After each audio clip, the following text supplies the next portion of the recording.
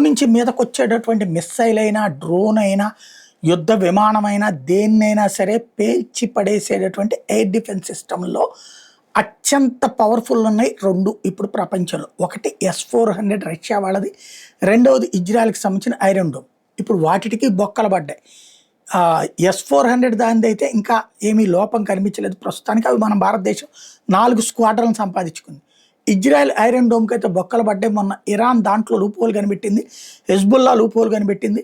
ఒకేసారి వందల కొద్ది డ్రోన్లు వస్తే ఎటెళ్లాలో కన్ఫ్యూజన్ అయ్యి ఫైనల్గా అది దెబ్బతినేస్తుందని అప్పుడు ఇజ్రాయెల్ లోపల దాడులు చేయగలిగింది. ఇప్పుడు ఇదివరకు ఐరన్ డోమ్ని ఎవరికి అమ్మననేటువంటి ఇజ్రాయెల్ ఇప్పుడు యుఏఈకి ఇచ్చింది. ఇప్పుడు భారతదేశానికి కూడా ఇస్తానంటుంది. భారతదేశం దీనికి ఆల్టర్నేటివ్గా 3 లేయర్ల ప్లాట్ఫామ్ ఆల్రెడీ తయారు చేసుకుంది. అయినా ఇచ్చింది తీసుకుంటుందా చూడాలి.